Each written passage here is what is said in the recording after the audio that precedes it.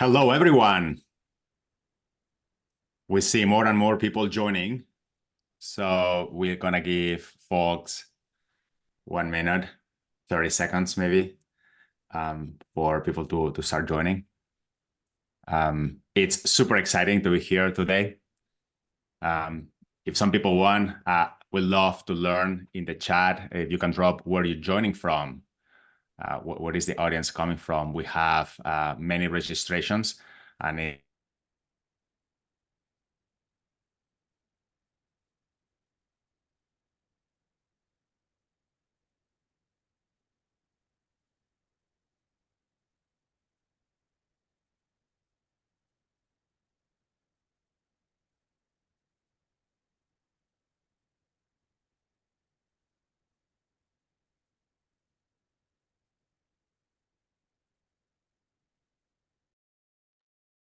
exciting session.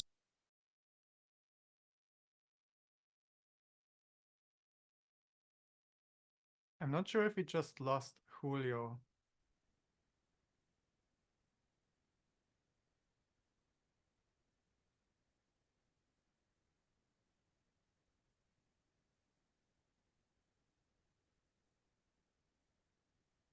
We got a note that there is some tech minor problem that is being fixed now, so hopefully it's okay. By the way, we're gonna be using a poll to ask some questions to the audience. Luciano, thank you so much for sharing. Look, we like to keep this engaged, and whilst people continue joining, we wanted to use that first question in the poll. I'd love to understand, what are you most excited to learn about today? So Christian and we'll get into intros for a second, but if you can select one of those, it'd be great, so we can focus our attention there as well. And hey, how are you reforecasting at your current company at the moment? What's that frequency? Because we'll be using that later on in our conversation. So hopefully this is more relevant for everyone here. We'll allow some more seconds for you guys to answer the poll and the quiz, so we know a bit better. Wow, early from Hawaii. Good to have you. Thank you for joining. Good. We saw some of the answers. We'll keep those in mind. A lot of people doing the monthly reforecasting, and some people doing the quarterly, which is a classic. Well, without further ado, I'm Julio Martínez. I'm the co-founder and the CEO of Abacum. Look, it's a pleasure to be here today, sharing this panel with Christian. I'm the biggest fan, your biggest fan. Very briefly on me, I'm going to be your host and the moderator here. We've prepared a number of questions to get from Christian all his wisdom and all his insights as to how to get better at forecasting. Christian, if you want to give a cent, 5 cents as to who you are, that'd be fantastic. Although you don't need any introduction, and all folks here know you very well. But anyway, let's do the formalities. Thank you, Julio. I don't think that's the case, but thanks so much, and I'm really excited to have the opportunity to have this discussion with you today. Yeah, so my name is Christian Wattig. I'm an FP&A educator and corporate trainer. My background, unsurprisingly, is in FP&A. I have over 10 years of experience in the space. I started out in consumer goods at Procter & Gamble and then Unilever. And then after my MBA, I moved into tech, worked at a company called Squarespace, and I had the fortunate opportunity there to be there when we took the company public, where it was a fantastic experience. And during the time, I also realized that the challenges that people have with FP&A, around forecasting, planning, budgeting, they are similar across industries and across company sizes. The metrics are different, of course. The numbers, the size of the numbers are different, but the challenges, and many of those we'll talk about today, are the same. And during that time, I also fell in love with teaching. And now that's what I do full time. I teach FP&A courses. One is FP&A Bootcamp. I also have the chance to serve as the director of the Wharton School's FP&A certificate. That's a new program we're putting together. And I also share my insights on LinkedIn and in my weekly newsletter. And today I'm really happy to have this conversation with you, Julio. Christian, thank you so much, everyone.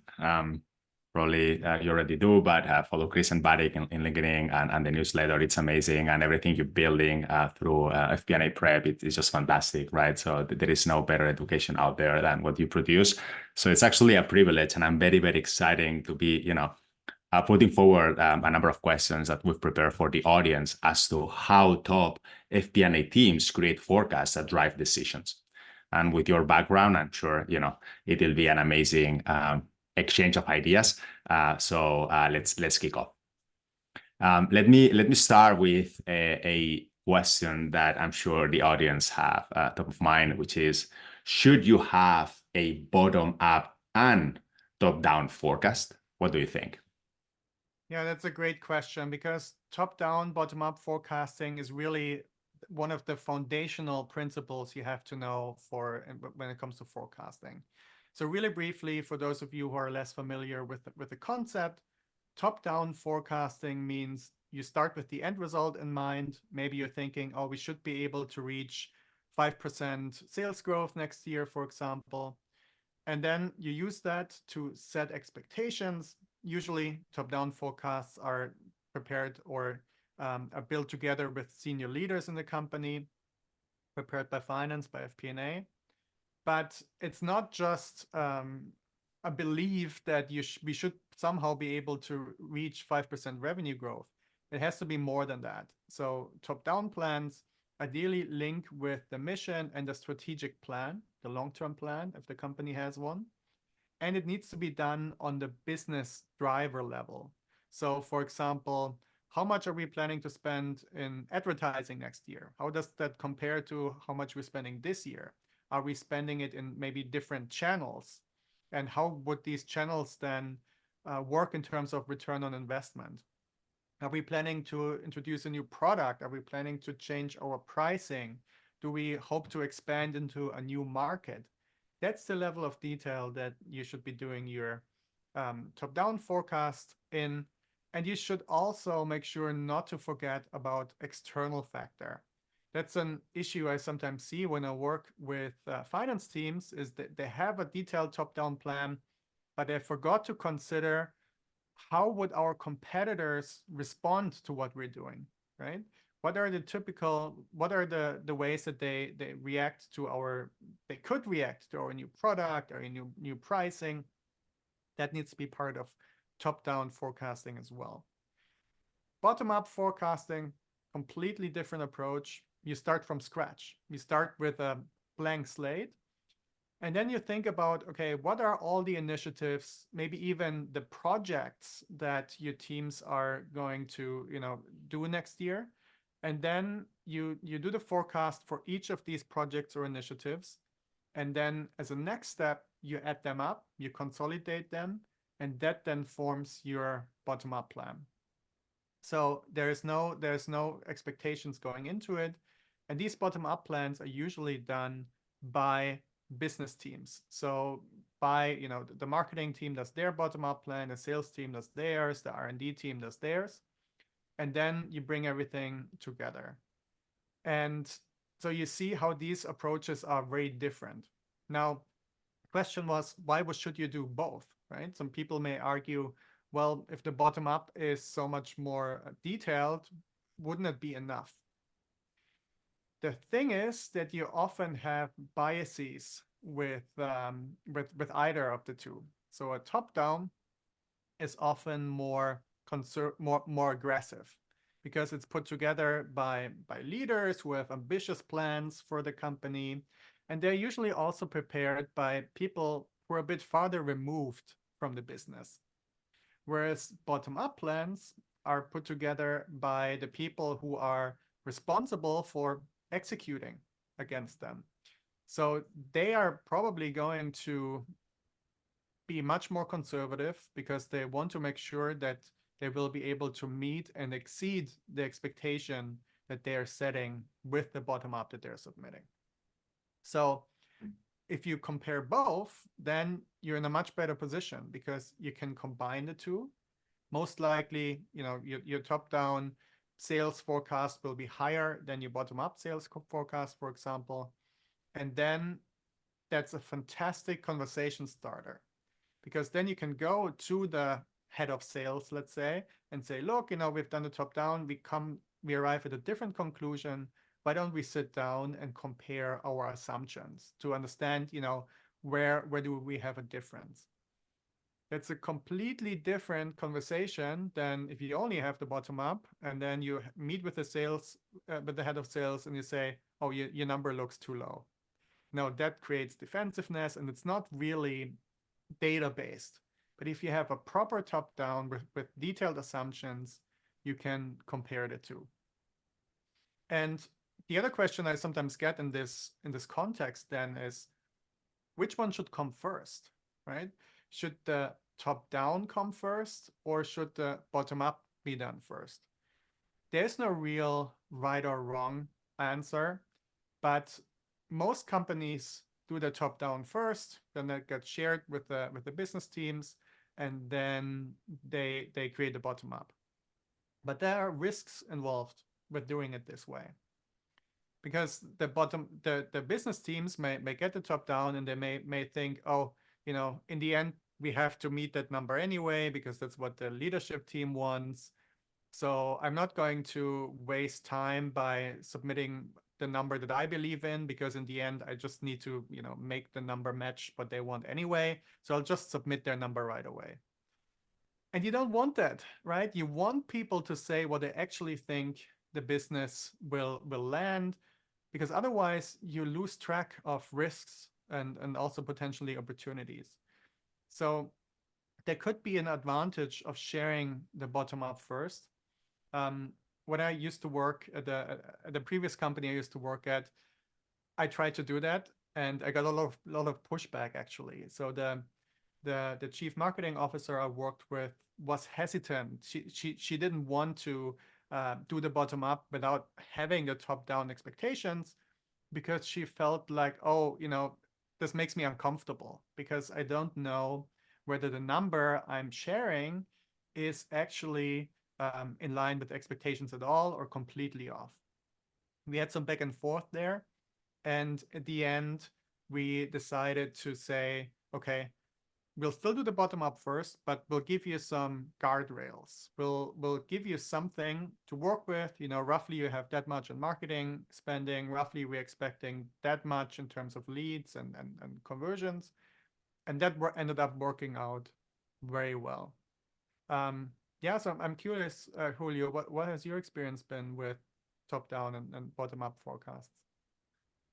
Hey, Christian, fantastic answer. Thank you so much for all this context and sharing some live examples from your experience. And very briefly, maybe on my side, something that we do at Abacum, but also we see our customers do, is effectively combining both approaches at the same time. And I think bottom up is this amazing opportunity to engage with the stakeholders, right? We are here empowering finance teams so that they drive better decisions. So through bottom up forecasting, you are really engaging in strategic conversations with your top stakeholders and get to those numbers, so that later on people stay accountable and you have this buy-in from the business. So that's a critical approach.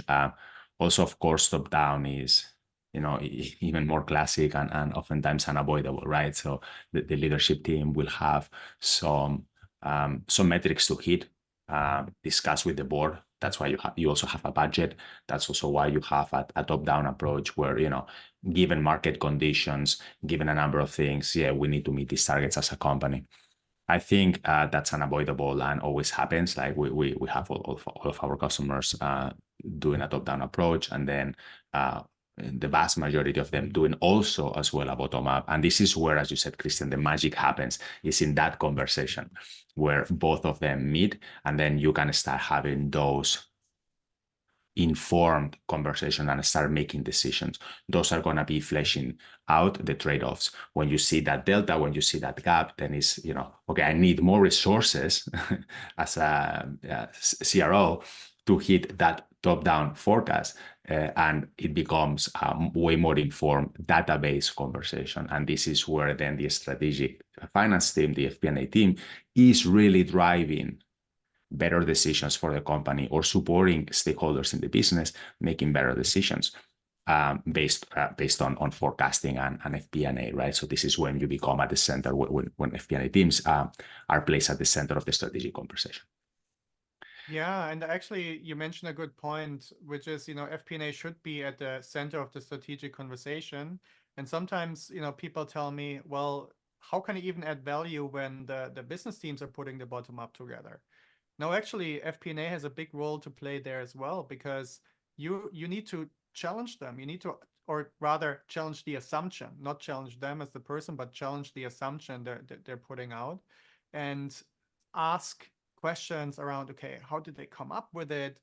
What have they considered in terms of risks and opportunities? What were the external factors they considered? And that by asking these questions, you're actually helping them think about the business more comprehensively and hopefully even help them think outside of the box. Thank you so much. Thank you so much, Christian. Well, let's move on to the second question. That it's a classic topic, and actually, both you and I have written a lot about this in different formats, and I think it's a classic for all finance professionals and FP&A professionals, and it's rolling forecasting, right? Rolling forecasting, pros and cons. So let's kick off with your views on advantages and disadvantages of rolling forecasts. Yeah, I love the topic because it's so often discussed as the end-all, be-all of forecasting. Before I go there, I just wanted to note, I saw that people started posting questions in the Q&A section. It's fantastic. Please keep adding questions there. We'll answer them at the end of the webinar, because that way, we can make sure we reserve time to answer all the questions. So please keep adding them. Yeah, so a rolling forecast, let me first define it, and then I'll talk about the advantages and disadvantages. So a rolling forecast projects expenses or sales over a set period of time. So say 12 or 18 months. Most companies choose 12 months, no matter whether you are at the beginning or the end of the fiscal year. So contrasting that with a traditional forecast, it's not a rolling forecast. There you always just project until the end of the fiscal year. So if your fiscal year ends on December 31st, you forecast 11 months in February, 10 months in March, and in November, you would only forecast 2 months. And you can already see just, by comparing that to always forecasting 12 months, there are some big disadvantages with the traditional way of forecasting. So because when in the traditional way of forecasting, when you're getting to October, November, that's typically when you also start annual planning for the next year. But while you're doing the annual planning process, probably business teams already need to make decisions about Q1 investments. They need to sign contracts, they need to make commitments. And the budgeting process is probably still in full swing in October, November. Nothing is finalized, nothing is agreed. So there could be this vacuum where leaders are, either they have to wait longer with making decisions, which is not ideal, or, they just have to take a leap of faith and making commitments without an approved budget, which could backfire later on. A rolling forecast eliminates that problem because you already have something there for the first quarter that can help them set expectations. And another advantage of rolling forecasting is that you always, by always considering 12 months, you keep rigor in your forecast. You always have to think about, okay, how can I accurately predict the next 3 or 4 months? And how can I efficiently, but still with a certain degree of accuracy, forecast the remainder of the year? you will never be able to have as much accuracy in months 9 through 12 than you have in months 1 through 3. You also have to be clear about that upfront. Nobody has a magic crystal ball and the business is moving quickly. But by always forecasting 12 months, you maintain that discipline and that advantage. Then you have advantages of iteration, because every month you can think about, okay, is there another forecasting technique you can try? Is there another thing I could do to improve my accuracy? But if you're in the traditional forecast way of forecasting, it gets easier and easier the closer you get to the end of the year. And then there's less pressure to iterate and work on that. So there are a lot of advantages, but there are dangers associated with rolling forecasts as well. And the number one concern I have when a finance leader tells me, oh, we're working on implementing a rolling forecast process, the number one danger is that you shouldn't think that this can replace your annual planning process. So you may think, oh, it's November. I already have a forecast for the next 10 months in the next year. So why don't I just project another 2 months, and then I can save the hassle of annual planning. I don't have to do that at all. I can save all this time at the end of the year. I would strictly advise against that, simply because the issue is that sorry, one moment, the doorbell is ringing, but I think it should be fine. No, I'm sorry, I have to quickly catch the doorbell. And I'm sorry that I'm leaving you at this tense moment, but maybe Julio, maybe you want to briefly step in. I'm sorry about that. Yeah, no worries. Of course, the wonders of doing webinars from home. When it comes to rolling forecasts, I think we all think of rolling forecasting, and that's the image that they have in FP&A as the end state, right? Like the desired ideal state where all businesses want to end up one day. Look, the first of all is a provocation of, is that the case? Maybe some businesses don't need to get there. And it's okay with a strong budgeting process and with a monthly reforecasting process.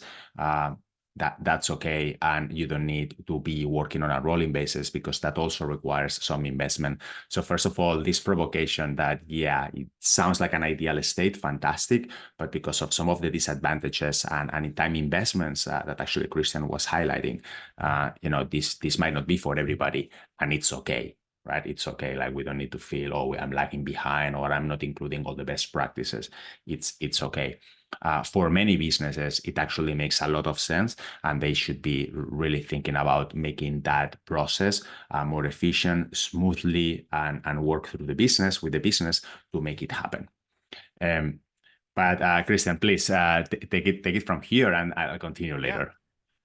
Yeah, no, I 100% agree with you, Julio, that overall the advantages overwhelmingly exceed the disadvantages. The point I was making when I got interrupted was that if you're thinking, okay, I can just get rid of the annual planning process, you will struggle with getting the involvement of the business team every month. Because essentially what you're saying is that, okay, instead of doing annual planning once at the end of the year, we're doing it each and every month. And the thing is that your planning process, if it's a pure finance exercise, it won't be effective enough to really get you what you need. Because an effective, the thing is with planning, 8-10 months from now, actuals will be different than your budget. So you need to build the budget in a way that's robust enough that you can learn from variance analysis even when actuals and forecasts become apart. And if it's a pure finance exercise, then you just won't have the depth. You won't have the rigor behind it, and you won't have the link to the operational reality that happens when the business teams are executing against the tactics. So my advice is, yes, do rolling forecasts, go for it, but you still need to maintain your annual planning process at the end of the year. Because if it's a once in a year thing, it's much easier to bring cross-functional leaders into the fold and get their insights to build a budget that is robust enough that you can actually use it for decision making. Thank you so much, Christian. And let me follow up with a question there, because of course, rolling forecasting might increase the complexity potentially of modeling, but at the same time, potentially increase forecast accuracy. So how do you think of those trade-offs? How can model complexity impact for forecast accuracy? Now, that's a great question. And that's especially important when you're doing a lot of forecasting, meaning having a rolling forecast every month. So the first thing to keep in mind is that it shouldn't be just a tick the box exercise. It really has those forecasts really have to drive decisions. And if you feel like it doesn't achieve that, then it's usually helpful to narrow the focus. So instead of preparing a full 12 months rolling forecast for your entire P&L, focus on the parts of the business that really move the needle. And then by reducing the complexity in that way, you have more focus, you have more time also to really deep dive into these drivers, into this part of the business. And then you will see that it is also more useful for decision making. In addition to that, if you keep your model simpler, you'll learn what works and what doesn't work by looking at it each month. If it's a long list of drivers, it's much harder to do the proper variance analysis and to see, okay, what helps us forecasting, what doesn't, what is accurate, what isn't accurate. And so simpler models are much easier to fine-tune, to optimize, to iterate on. Of course, if you have a lot of complexity, there's also more risk of errors. We're all just humans. You may have a wrong formula here and there, or your assumptions just aren't researched enough. If you have a lot of assumptions there. And the other challenge is that if you have a very complex forecast, complex model, it's also harder to get buy-in from the cross-functional team. Because if someone doesn't understand something, they'll definitely won't get behind it and won't believe in it. And sometimes the challenge in business is also that people may not want to admit that they don't understand how your financial model works, because they feel like they don't want to act like they don't know something they're supposed to know. So the only way you find out that people didn't understand your forecast model is that they don't act on the insights and on the recommendation it creates. So I'm a big advocate of making your financial model only as complex as necessary and keeping it as simple as possible. Thank you so much, Christian. I think before we switch gears and move to the next one, it's very exciting to see all these questions in the Q&A section and also in the comments section. So keep them coming. We've made time for later on towards the end of the webinar to answer all of them. So please don't refrain yourselves and keep them coming. Look, rolling forecasting is a super interesting topic, and I think what I heard, Christian, is that in a way, best teams and best companies spend a lot of time executing, and actually you said, hey, like rolling forecasting only makes sense when it's driving better decisions, right? And in many cases, you have all these advantages as to why a rolling forecast is going to help you drive better decisions to the business. Of course, it's not a substitute through a thorough, meaningful budgeting process. This is also a lesson that I'm taking away for me. And of course, when the process is very cumbersome, well, first of all, challenge. If we've built a too complex model, I've been there, frankly. So you get very excited, and all of a sudden I overcomplicated things. So hey, great lesson from you as well. Keep it simple. Maybe there is also an opportunity to automate those workflows and drive some more automation through technology there. But in essence, rolling forecasting is meant to not give work to everybody, but actually drive business outcomes, better decisions. So thank you for sharing. I think loved it. Good.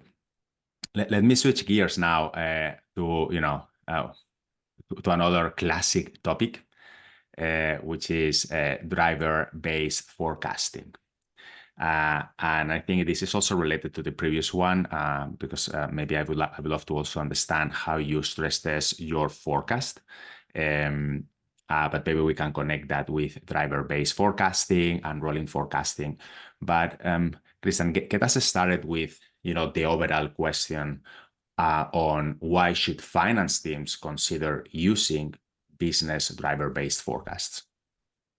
Yeah, so driver-based forecasting is one of my absolute favorite forecasting techniques because it's so useful for decision making and it's so easy to keep it up to date and help agility and agile decision making. So basically, what driver-based forecasting, sometimes also called driver-based planning, is you're connecting business drivers with likely financial outcomes.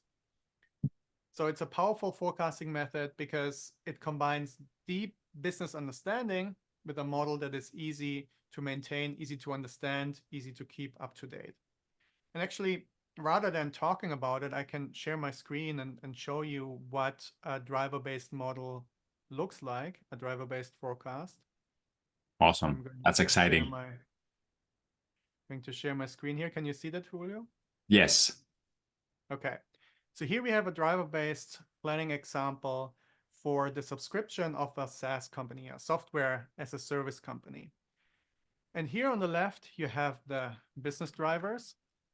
And then over here, you have 3 scenarios for the subscriptions. And just really briefly, because sometimes people confuse what business drivers are. So business drivers are not marketing, sales, headcount. That's way too high level, right? It has to be more detailed. So for example, here we said, well, one business driver is that we want to increase unaided awareness. That's a marketing term. Basically what it means is that we want, when people hear the name of our brand, we want them to know what our product is and what we stand for and how we help people. That's unaided awareness. We don't help them by telling them what we're all about. Company invested into building that. So there are scenarios how this will increase subscription. Then this company also increases their direct response budget. So that's the part of the marketing budget that's responsible for people immediately going to the website and signing up for a trial or signing up for a subscription. It's basically an ad that says, hey, here, this is what this product does. Why don't you go check it out? Direct response. And we had a budget increase here, and then we modeled out, okay, how much in terms of additional subscriptions should we get with this budget increase? And we also had an assumption on inflation because with increased inflation, people have less money and then maybe they're less likely to purchase our product. We had a new promo strategy. We had a do nothing different scenario because we realized, hey, if we're not doing anything, actually conversion rates are declining over time. And then in the end, we also had an impact that was related to the pandemic and adjusting for that impact. And then how it works is you have a conservative, a balanced, and an aggressive scenario for each of the drivers. And that's where a lot of the power of driver-based planning comes in, because it may happen that you say, well, 4 million new subscriptions in 2023, that's not enough, right?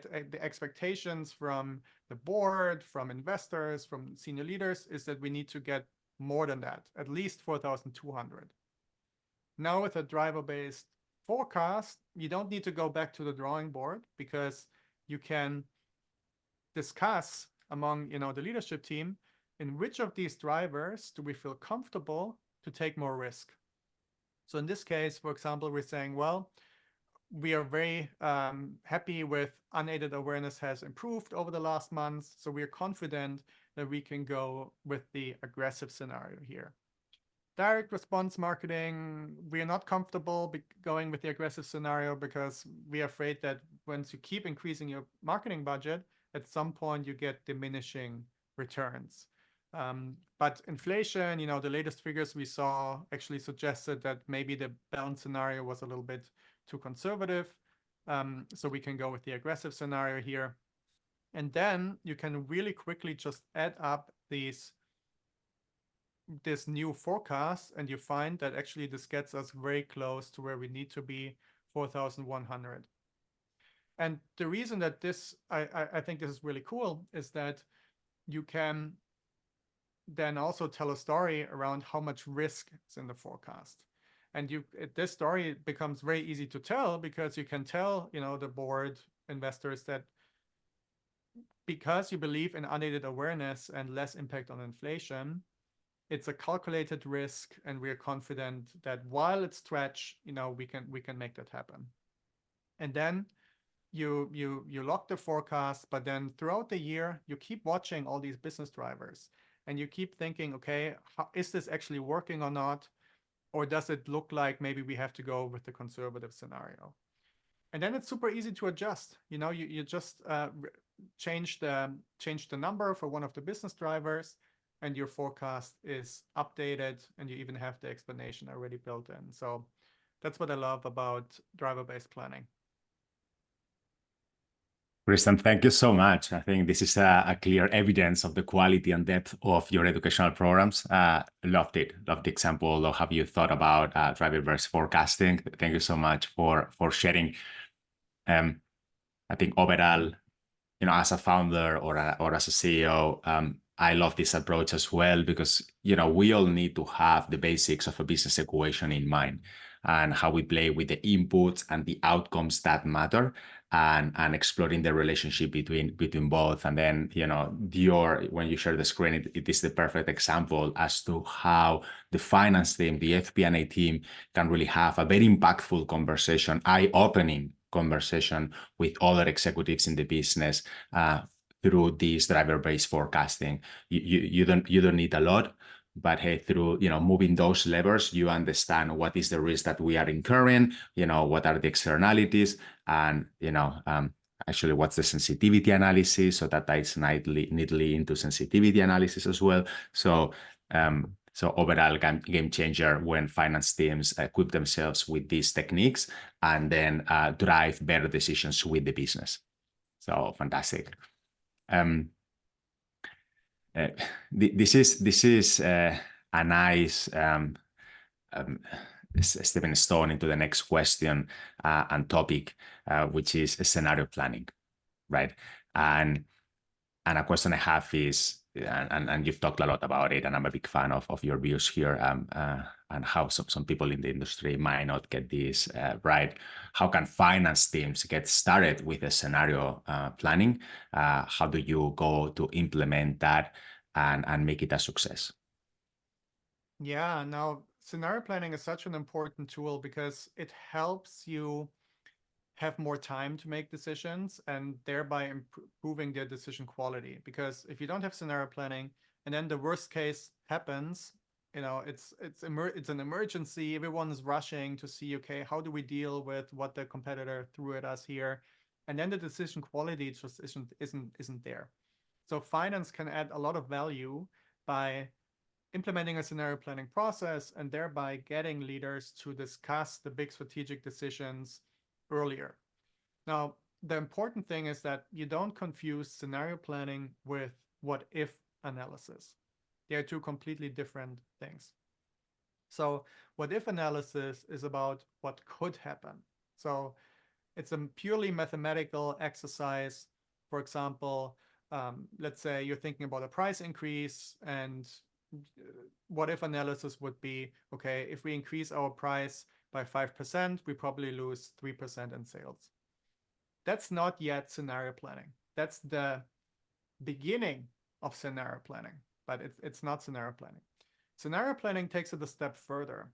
Scenario planning means that you're not just thinking about what could potentially happen, but you do run an analysis to understand what is the likely scenario. So for example, and what's a scenario that makes sense? Does it make sense to increase the price by 5%, right? How would it then compare to our competitors?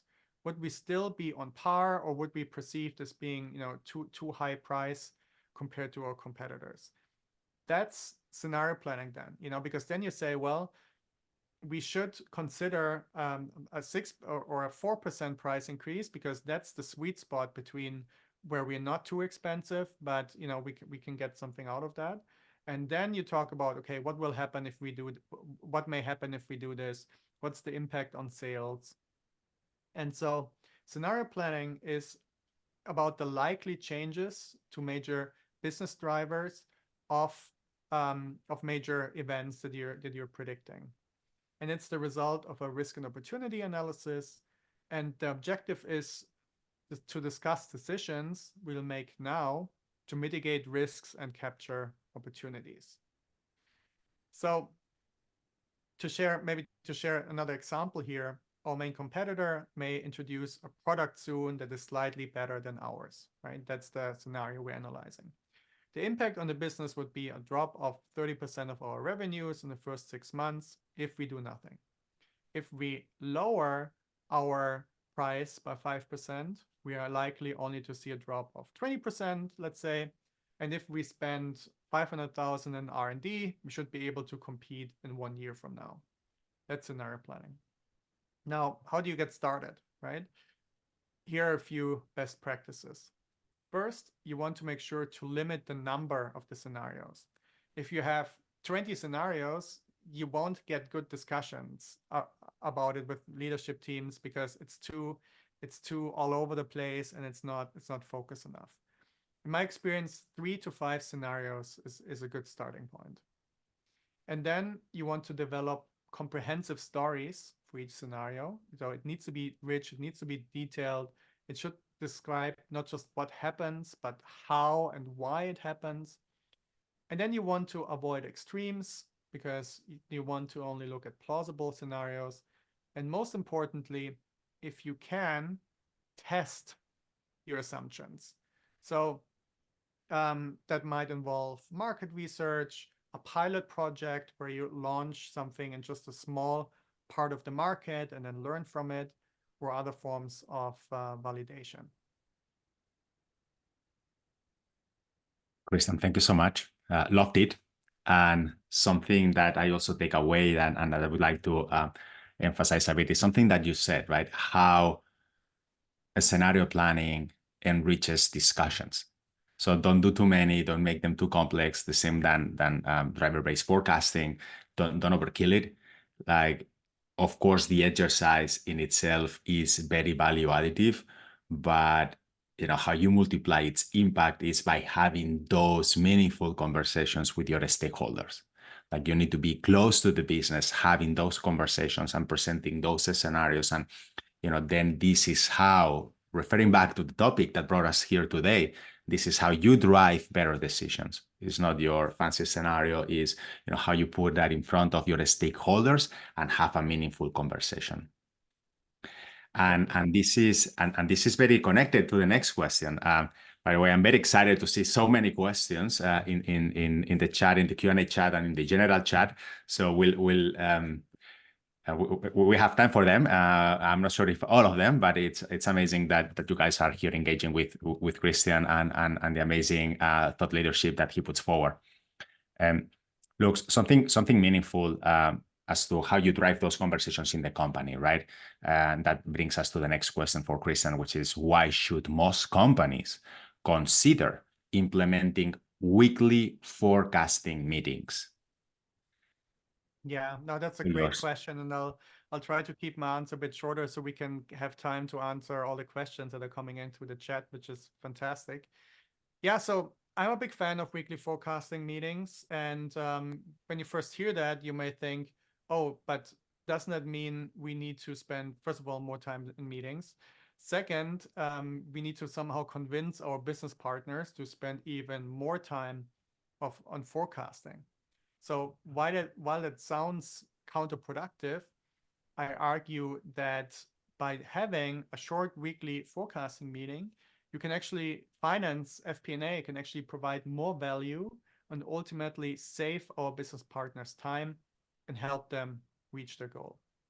So why would you have a weekly forecasting meeting? Well, if you just meet once a month, there's a lot of data to process, right? A lot of insights. If you meet weekly, it's easier to separate signal from noise and look at what matters. You likely also increase your forecast accuracy because you have more time to think about the inputs you're getting from the team when you update your monthly forecast again, a few weeks later. It also builds more trust with the broader team because you basically modeling transparency. You're meeting once a week, you share the information, you bring everything together, and then you show the cross-functional team how you can turn their insights into useful analysis that they can use. And of course, you're also raising accountability because if you have more conversations around what was surprising in the business and what's something that we should consider for the forecast, you're bringing more transparency, more visibility, more accountability.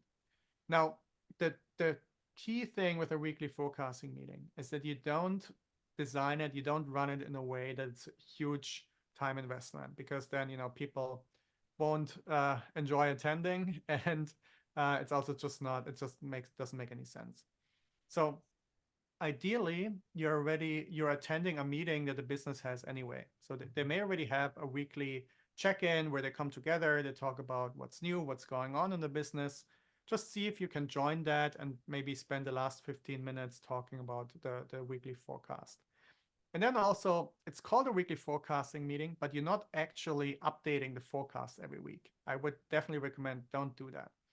Instead, you have a pacing process where basically it's a really simple model. There are also tools that can help you with that. Or you can do it in Excel where you say, hey, based on how much sales we already have, how much more do we have to deliver to hit our monthly goal?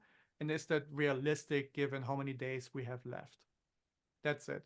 But the key benefit comes from hearing about all the news that the business teams get and bringing that together, because then the monthly forecast becomes much easier.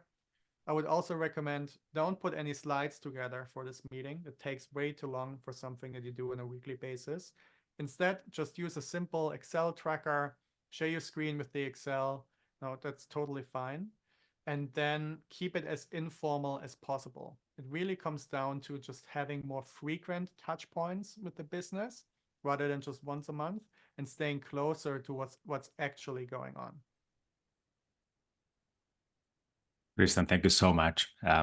We've spoken a lot in the past about how FP&A and finance need to become business partners to have an impact in the business, right? XP&A and all this trend where we want to be spending more time with the business.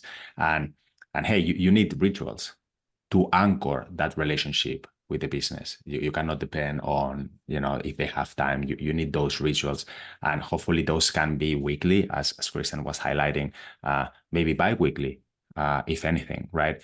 But how do you are in front of them in an efficient way and adding value, going prepared to those meetings to add value, having analyzed the data, not overkilling. It's not a board meeting, right? So also keeping the preparation light for both sides and everything that Christian mentioned. But really, really excited to hear your opinion here. Let's move to the last question, Christian, before we go to the Q&A. And that is biases in forecasting, which tend to be sometimes very relevant. What are the most common ones, and how do you actually avoid them? Yeah. So forecast bias refers to a systematic error, something that persists over time that skews your forecast results. And so it's either consistently overestimating or underestimating.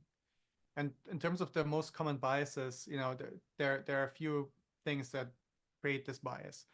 One is that simply the fact that we are not thinking ahead about unknown risks. So let's say you're putting together the forecast for sales. You may have a very robust pipeline of new opportunities that you're including for the forecast, and you feel like it's very solid, it's balanced, but you're not factoring in that there are unknown risks. Some of those opportunities that look very certain may actually fall through. You don't know that, you can't know that, but you should include a buffer in your forecast for these unknown risks, so that you're not biased to overestimating sales. Same thing when it comes to project timelines. Project timelines are notoriously underestimated. Large projects always take longer than you originally think. And that's because there are so many unknown things that could go wrong. And so you need to factor that in by creating a buffer up front. Another source of bias is historical data misinterpretation. So even when you think you have a data-based forecasting approach, you use historical data, you project it, you still need to figure out what are one-off impacts in your historical data that won't repeat. And that can be tricky and can lead to forecast bias. Machine learning algorithms may do a better job than you in this case. And in these days, you can even buy a machine learning model in a box as a tool. You don't even need to have data scientists in your company. Modeling flaws can also introduce bias, errors in your formulas. But one of the most common issues is external pressure. The politics, the desire to present favorable results can often lead to overly optimistic forecasts, because leaders don't want to appear as if they're pessimistic, because then their boss may think, oh, it seems like you don't believe that we can do this. You don't believe in your own capability of turning it around. But you don't want that, right? We want people to actually put in the forecast what they think. So finance has to help in terms of how you address this. First, you have to measure it. And then you need to help people uncover these biases, because often they're not aware that they're there, by asking the right questions and by comparing forecasts to forecast and measuring that accuracy over time. And then just showing people the data and say, look, in the last 6 months, 80% of the time you under forecast sales. What could drive that? Let's figure out to see what we need to adjust. Christian, thank you so much. Fantastic. And we have 8 minutes left to jump into Q&A. It's a very exciting part of the webinar. So thank you for all your engagement. Let me kick off with the first one that is related to something you just mentioned, right?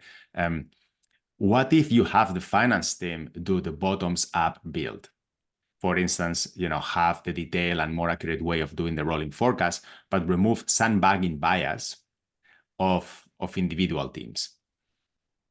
Yeah, so I would argue that you should always get the input from individual teams, because even if you're close to the business as finance, you're never going to be as close as the people who are actually spending the money, deploying the tactics, running the initiatives.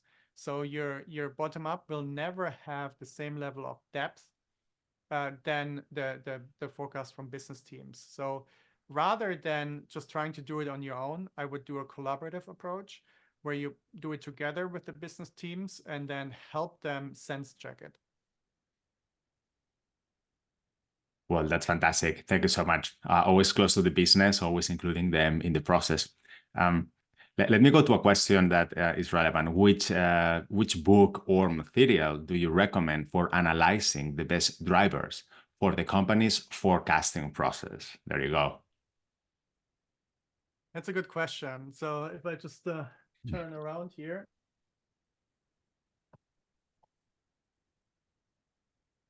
I'm a big fan of this book. Can you see this? It's called The CFO Lens. Yes.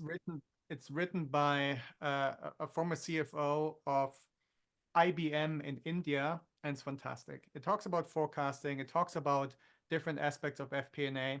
There aren't a lot of good books about FP&A actually, but this is definitely one I would recommend. Then of course, see if you can find a good course online. There are very good FP&A courses. I happen to offer a few of them myself as well. FP&A Bootcamp, the Wharton FP&A certificate. If you Google that, you'll hopefully find something that can help you as well, because we cover business driver analysis in depth. Thank you so much. Another question we've got is, how do you update drivers that are harder to measure or track against? Or what is it more of a comparative driver, inflation versus start date versus COVID impact, rather than straightforward drivers like conversion rates? That's a great question. Thanks so much for asking the question, because trackability is an important thing to consider when you're doing driver-based forecasting. You shouldn't include drivers that you can't measure. Inflation, or let's take the COVID impact, for example. COVID impact is a case where it's a little bit gray. It's not sure. It's definitely difficult to measure. It's not impossible. So it is, on an edge case, it's okay to include in a driver-based forecast, but you need to have a good plan for how to measure it. So for example, in my example, I had COVID impact as a line item there, and we actually had access to a large data science team, and they ran a number of machine learning models that had the objective of figuring out, okay, how much did the pandemic being over, how much does this actually impact our business? And so because we had access to this fairly sophisticated data science resources, we were confident with including it in the forecast. But otherwise, if you know you can't track it, don't even include it, because then it doesn't really help you going forward. Thank you. Very clear. Let me jump into another one. Does the rolling forecast, need to include actuals from the accounting software? It's a very pragmatic one. How do you keep the model current with accounting? Great question. And the answer is yes, you absolutely need the actuals from your accounting software, because rolling forecasts, they need to be grounded in reality, right? And the reality, the hard facts, is what comes from your accounting system.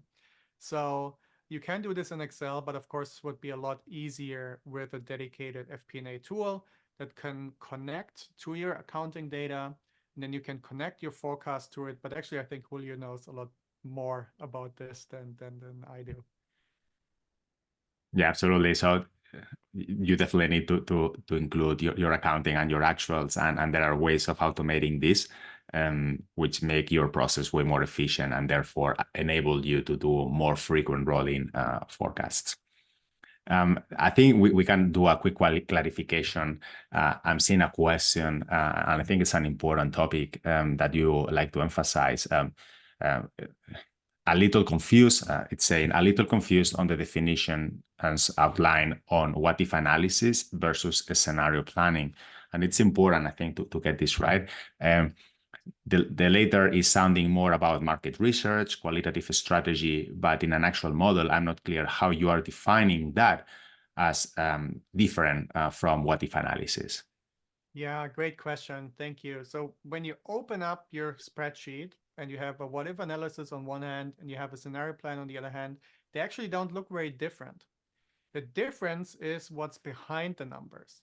In a what if analysis, you're just doing some mathematics, maybe a formula, but there's not that much depth behind it. In a scenario plan, each number that you have in that model has a story behind it, has a root cause analysis behind it, has a connection to operational drivers and a deep discussion around what is the right number and why and how did we come up with it and how do we track it. So the scenario plan is an evolution of the what if scenario that includes that deeper thought and that deeper analysis. Thank you for clarifying. And this has come to an end. So I'm sorry we cannot cover all the questions. We have a few seconds left now. So before we depart, we wanted to be very thankful and appreciative for you attending to this webinar. It's been a blast. So I've personally learned a lot. Hopefully it was meaningful for everybody here.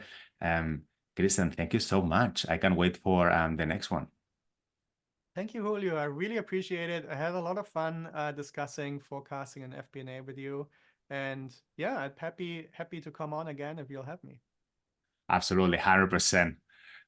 Everybody else, stay tuned. We'll be back with Christian with more amazing content for every one of you. Thank you so much and have an amazing rest of the week. Bye.